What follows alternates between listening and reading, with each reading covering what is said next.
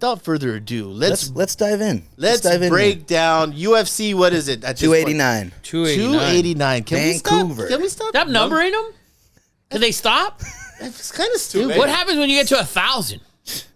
Now it's 4 digits. You reach the peak. Yeah. That's probably the biggest UFC event ever. So UFC 289. Not with those fingers. Vancouver, Canada. First one in Canada in a while. Wow. Really? It's the first one. Canadians deserve some Now love. boys are going to be there, by the way. Drinking Happy Dad. Dana White already had the shirt on today. UFC full send under it. Canadian flag. Really? Very cool. Already got the merch going.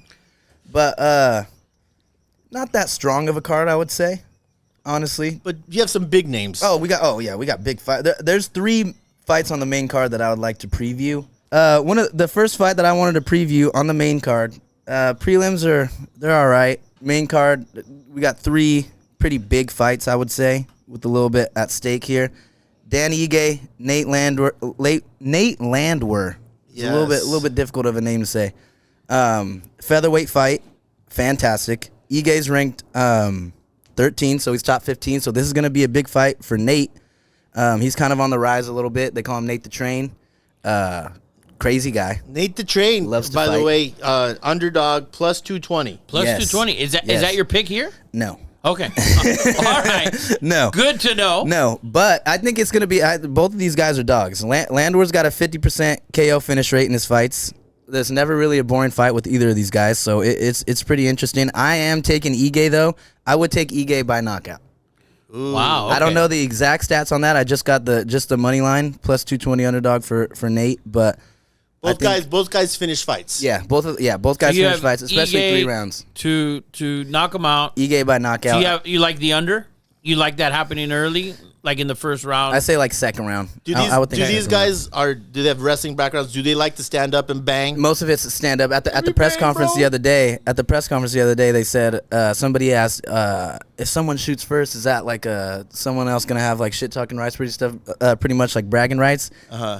Nate said like I'll shoot and take him down, but I don't see him really doing that. I don't see either of them shooting at all.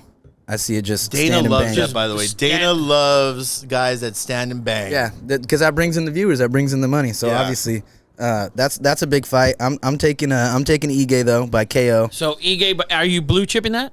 I'll blue chip all 3 of these. All right. I'll blue chip all 3 of these. that. Blue That's chip Dan Ige to knock him out. minus 275. Minus 275. This segment's going to be By knockout is knockout? plus 165. wow by knockout plus 165. That's So we're huge. gonna Hammer that. this segment's gonna be sponsored by Happy Dad, even though they don't sponsor us, but we drink it and we Yes. love it and Yes. we'd like them to sponsor us one day. And by the way, Happy Dad, last time we had Zander, he went 5-0.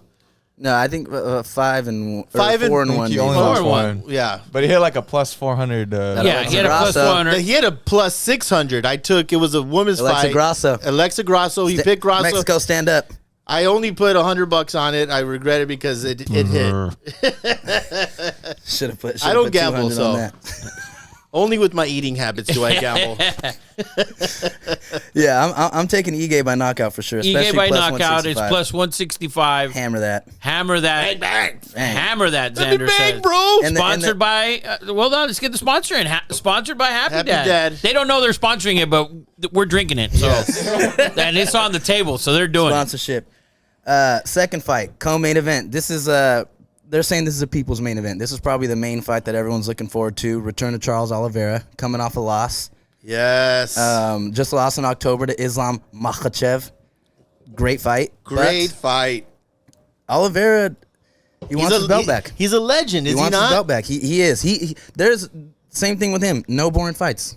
Never. He's a always stud. on the go, no matter if he's a champion, underdog, whatever. He is just always going forward. Defense is a little bit of maybe a space where people can take advantage, and that's what Benio Dariush was kind of talking about the other day.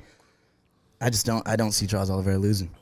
No. And he's Is this- And he's an underdog Is as well. this his he's plus first- 125. Has he fought after the loss to? No, this is his first one. Wow. So Yeah. he's hungry. This is big, especially title implications. They're saying they promised Benio Dariush if he gets a W in this fight, title shot. Really? Because he's pretty much the only one that hasn't had a shot in the past, whatever. He's on an 8-fight win streak. Has he fought Wow. Islam though? No. But they're saying that his style, so he's a little bit of a Obviously, yeah, that's a grappler as stupid well. question. He's a little bit of a grappler as well. Charles, I would say, is a little bit better submission-wise. But, yeah, Oliveira coming off a loss.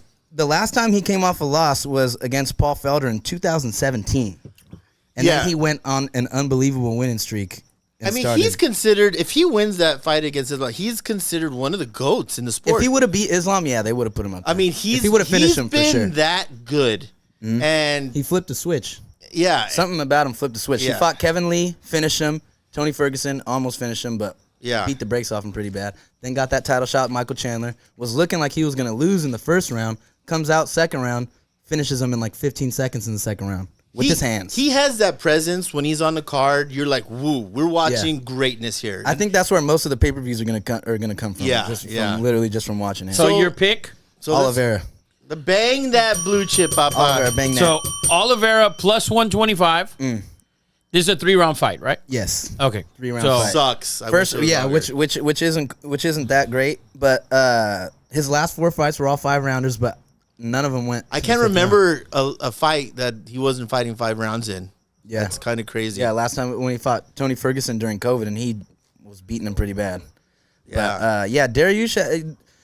I wouldn't count out Dariush. He's great. He has good grappling, good hands. He has power in his hands, and he's coming off an 8-fight win streak. He's hungry too. He hasn't had a title. He's fight on an yet. 8-fight win streak. Yeah, he's on an 8-fight win streak. So this win would get him that title fight. You think? 100%. He said that they promised, but I mean, I'm kind of shocked that it's that close with the betting lines, because let's not forget how great that Oliveira's been. He's been like dominant. He finished champion. everybody. The best guys, he finished all of them. So I feel like it's a value bet. Yeah. If you will, like there's value in taking Charles. Yeah. He's like one of the baddest dudes on the planet. And he is always coming forward, no matter that Joe Rogan said too. Like he comes out like a berserker. He just wants to go forward the whole time. There's no sitting back, point scoring, all that kind of stuff. He wants to get he has the most submissions in UFC history.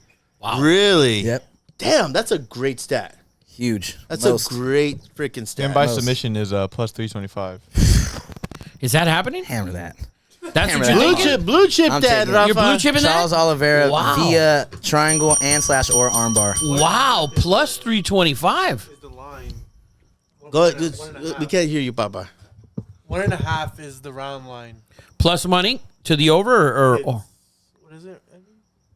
It's plus 105 for the under. 1.5. Okay, so minus 120 or something for the over. But that you're not talking about. You're just submission, Oliveira, submission. Yes. That's what you're thinking. Yes, I'm taking that. To stay on topic, Zander, to stay on topic, let's say Charles does win this fight. Does he get an immediate shot at Islam again? I don't think so. I think Dustin and Justin are fighting. They're fighting in July. Poirier they're fighting next month. Poirier and Gaethje. I think the winner of that is getting Islam, and then whoever fights after that, Charles will just great fight. That card is. What in if Utah. Charles loses and If Charles loses, and Beneil's getting the shot for sure, 110%. forget I think. the other two? The other two will be that's like a contender fight. The winner of that will probably get the next shot after Beneil. By the way, both of those guys are like the top of the sport. That's pretty much. They're the gatekeepers, pretty much. That no one's beating them. Like Justin and Dustin, pretty much just keep everybody down here. Coming down to the main fight, I'm taking Irene Aldana. You're taking another dog? I'm taking the Mexican. Talk Tell about me, it. Okay, so talk about Amanda. And Amanda Nunes is pretty much the women's GOAT. She got her revenge on Juliana Pena, which was bad. Beat her down pretty bad. She beat her ass. Juliana Pena just looks so sloppy, man. Like she's great, but she's not. She just looks technically. So sloppy. She just like kind of closed her eyes and knocked out Amanda. Hit her with a good shot. Got her tired. I don't know what was going into that fight. Obviously, everyone has different things going into fights, but Amanda was saying. She was actually she was thinking about retiring, and then she literally said, I could not see Juliana Pena with the belt. I couldn't do that. Literally anybody else. And wow. At that point, she had been so dominant. Yeah. Like, I could see how she could overlook anybody. I think the pressure gets so like, you're just expected to win. So it's like, same thing with Kamaru, I feel like. Right after that loss, he was kind of like, a lot of weight has been lifted off my shoulders. I'm not champion anymore. Like, I'm not expected. Amanda beat she won the bantamweight belt, and then she beat every single previous bantamweight champion. And like when we say beat, Like, beat there him was bad. never a close fight with Amanda. Knocked the head off of Ronda Rousey. I don't know why Ronda Rousey took that fight. That was a absolute horrible fight for her to take. After getting, like, a while ago, after she got knocked out by Holly Holm, kicked in the neck, comes back and fights Amanda Nunes, who hits pretty hard. And she just went, and Ronda Rousey can't box for anything. Was Holly Holm on the juice? Man, she was so freaking cut. That's the preacher's daughter. These I don't know. accusations. I'm just saying. You look, This is a family show. False.